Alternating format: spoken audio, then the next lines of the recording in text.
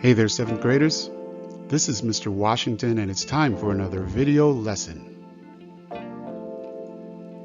In today's lesson, we're going to talk about paragraph writing. Paragraphs are the backbone of any good writing. In longer written works like novels or essays, they help the reader by dividing important topics into separate, independent groups of sentences.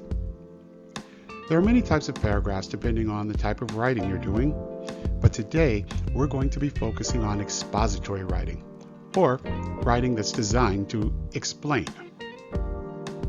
All of your expository writing in class from this point forward will need to follow these rules, so you want to take notes that you can refer back to later. Now, if you're an experienced writer, you might be doing all of these things already.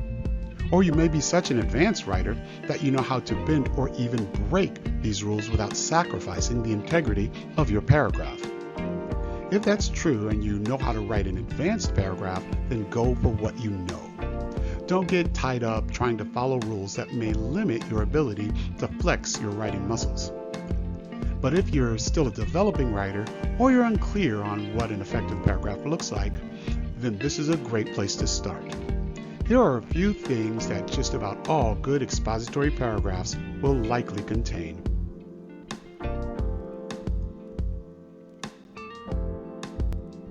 Let's start off by saying that every expository paragraph you write should follow these rules. Of course, if you're doing a different type of writing, like fiction stories or news articles, the rules may vary a bit, but many of them apply to just about any paragraph you write.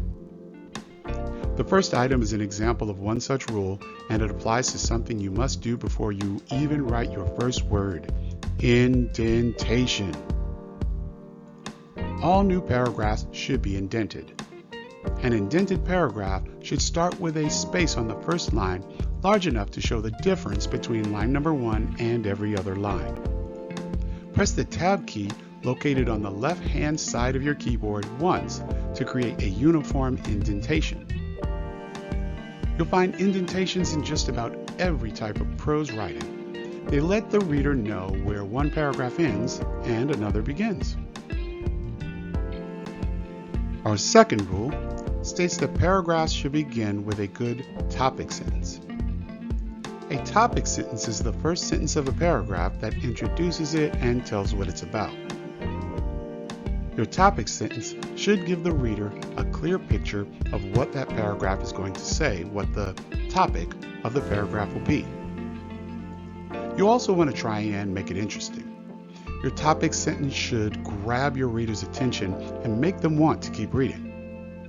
Remember, the topic sentence is the first contact your reader will have with your paragraph, so you want to be sure to make a good first impression. Rule number 3 states that every sentence after the topic sentence should contain supporting details. These are details that further explain your topic sentence. Supporting details should be written in sentences that are completely separate from your topic sentence. Don't make the mistake of including supporting details in your topic sentence, otherwise your writing might not be as clear. A good paragraph must have an adequate amount of support after the topic sentence in order to get its point across. While there's no set number of supporting details that a paragraph should have, it's a good idea to include at least 3 supporting details. 3 is a nice round number that should give you enough space to say everything you need to say. If you have less, you run the risk of not providing enough information to fully explain your topic. You can have more than 3, but be careful not to say too much. Include too many supporting details, and your paragraph may become too wordy and may lose focus. Say only the things you need to say in order to fully explain your topic. If you have a minimum of 3, then you should be good to go. Rule number 4 deals with how you end your paragraphs. All paragraphs should have a closing sentence, which is sometimes called a concluding sentence. This sentence should wrap up or restate what the paragraph is talking about.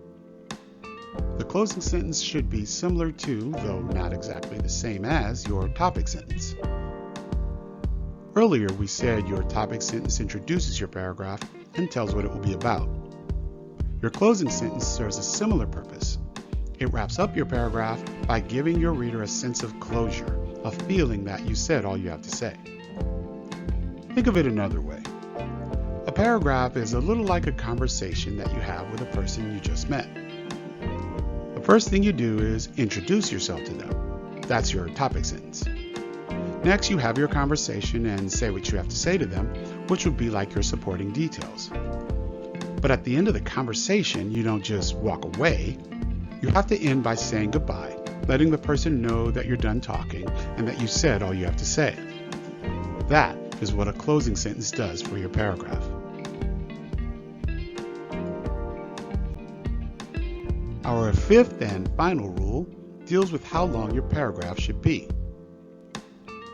Prescribing a length of a paragraph can be tricky because it depends on the situation, but we can come up with a number that will serve as a guide. Paragraphs should be at least 5 sentences in length. They can be longer, but if they're shorter than that, they might not be long enough to be a strong, well-supported paragraph. If you look at the rules that come before it, they kind of set you up for a full 5-sentence paragraph. If your topic sentence is 1 sentence and you add 1 sentence each for all of your 3 supporting details, then add 1 last closing sentence, you end up with a paragraph that's at least 5 sentences long. If you follow all these rules, then your paragraph should be the right length and should be very effective.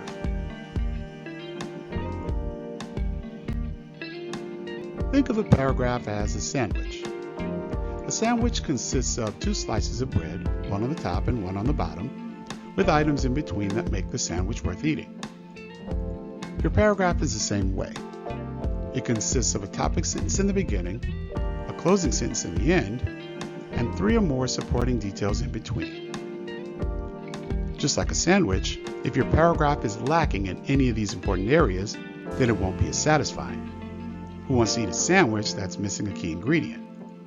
So when you're done writing, check to make sure that you have a complete paragraph.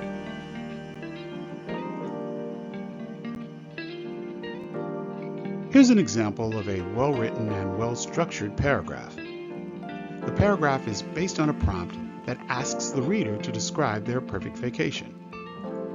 The paragraph reads, "For my perfect vacation, I would go to Greece.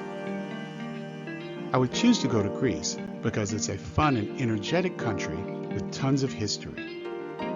While I'm there, I would want to see the sights and visit all the historical ruins from Greece's golden age thousands of years ago.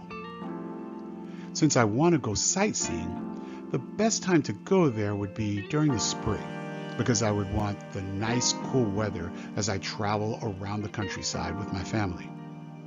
I would also like to sample all the delicious Greek foods. Greece would be the perfect vacation spot." Notice how the first line is indented to show the beginning of a new paragraph. This first sentence tells us where the writer would like to go on their vacation, but notice that it doesn't explain why, not yet at least. That begins in the second sentence with a number of supporting details. This writer has the necessary 3 supporting details. In fact, they included 4 supporting details just to be safe. The last sentence is the closing sentence.